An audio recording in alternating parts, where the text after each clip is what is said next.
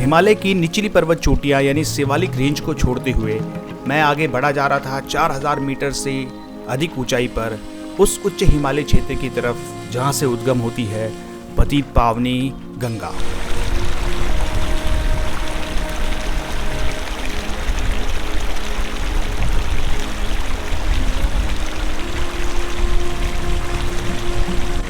मेरी यात्रा प्रारंभ होती है हर की पैड़ी से और जो गंगा बह रही है उसी का उद्गम स्थान देखने के लिए मैं निकल पड़ा हूँ। तो दोस्तों, ये है हमारी यात्रा का पहला डाइवर्जन। बद्रीनाथ केदारनाथ जाने वाले यात्री दाईं ओर और गंगोत्री और यमुनोत्री जाने वाले बाईं ओर का कट ले लेते हैं। तो आइए प्रोसीड करते हैं। हरिद्वार, ऋषिकेश, चंबा होते हुए मैं पहुंचा टिहरी, जहां पर भागीरथी को रोकने के लिए बहुत बड़ा बांध बनाया गया है जिसको टिहरी डैम के नाम से आप सब जानते हैं। और आगे बढ़ते हुए हमें एक डैम और मिलता है जिसका नाम है मनेरी, और उसके बाद में पड़ता है उत्तरकाशी, जहां पे हम लोगों ने रात्रि विश्राम किया। उत्तरकाशी के बाद में पहाड़ अब ऊंचे हो गए थे और गंगा की घाटी यानी भागीरथी की घाटी संकरी हो गई थी।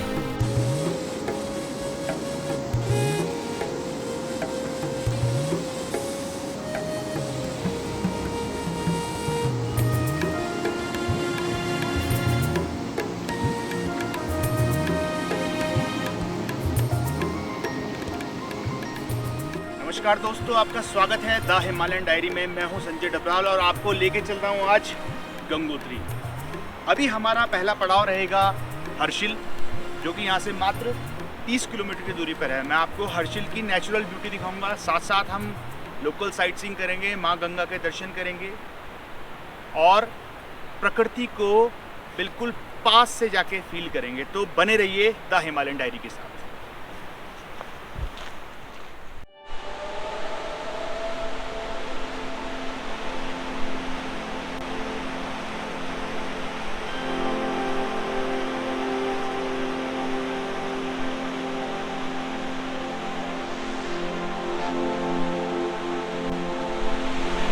दोस्तों, जैसे मैं बात कर रहा था उत्तराखंड की सुंदरता की, अगर मैं कोई कवि होता तो आज जरूर एक काव्य रचना करता, परंतु मैं आपको दिखाऊंगा कैमरे की नज़र से सुंदरता। हो सकता है कि आप तक वो बात पहुँचे या ना पहुँचे। तो देखिए, कल कल बहती हुई माँ गंगा।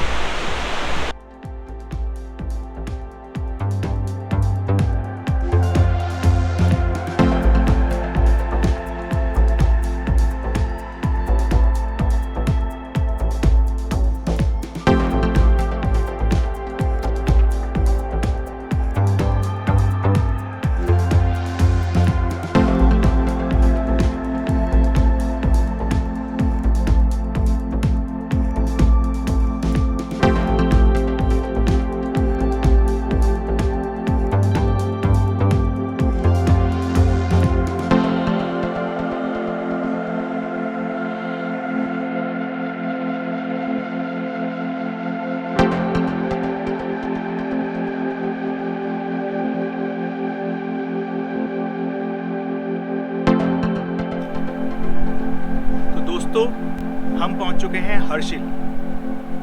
नेशनल हाईवे उस साइड रह गया है। हम लोगों ने मुखवा विलेज की तरफ एक डाइवर्जन लिया है।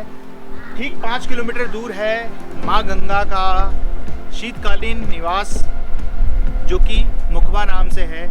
और अगर आपको सर्दियों के मौसम में माँ गंगा का अनुसरण करना है, उनके दर्शन करने हैं, तो आप सिर्फ यहाँ आके माँ गंगा के दर्शन कर सकते हैं और पुण्य की प्राप्ति कर सकते हैं।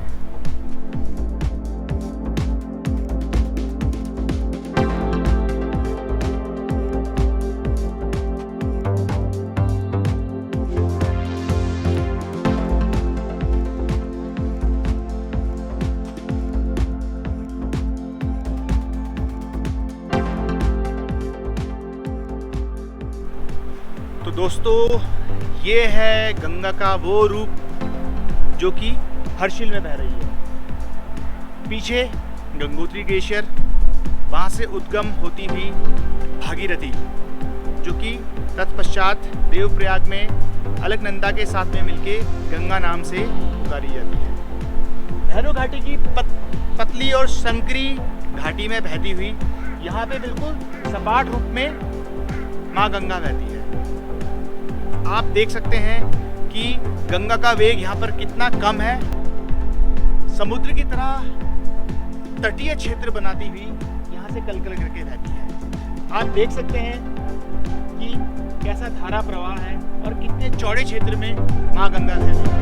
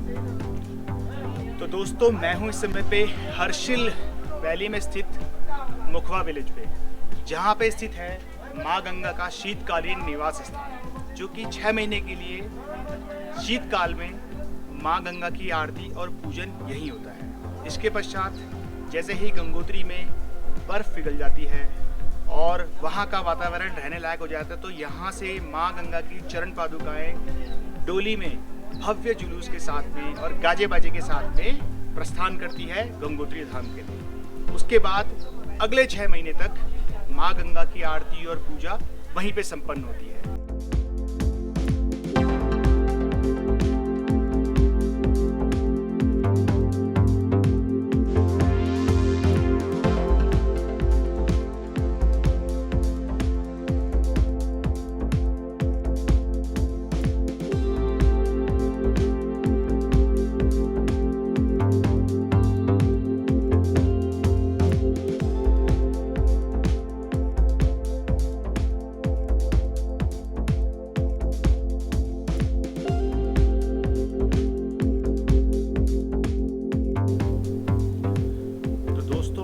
हर्षिल के पास में स्थित मुखवा गांव में आपको ये मकान, ये सन्नाटा देख के ऐसा लग रहा होगा कि जैसे यहाँ कोई नहीं रहता है।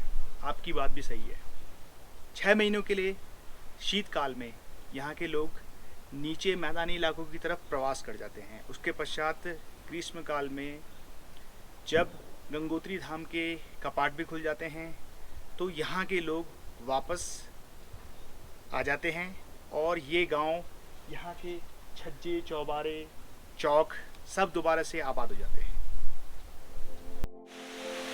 मुखवा विलेज में अगर आप माँ गंगा के दर्शन करेंगे, थोड़ा सा 100 मीटर की दूरी पर ही एक बहुत ही प्यारा झरना है। नैसर्गिक वातावरण और कलकल करते हुए बहता हुआ पानी।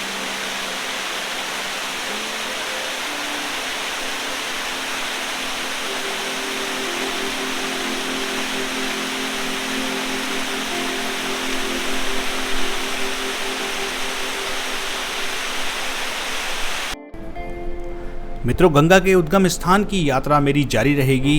मिलते हैं अगले पार्ट में। अगर आपने अभी तक चैनल को सब्सक्राइब नहीं किया है तो रिक्वेस्ट करूंगा चैनल को सब्सक्राइब भी ज़रूर करें।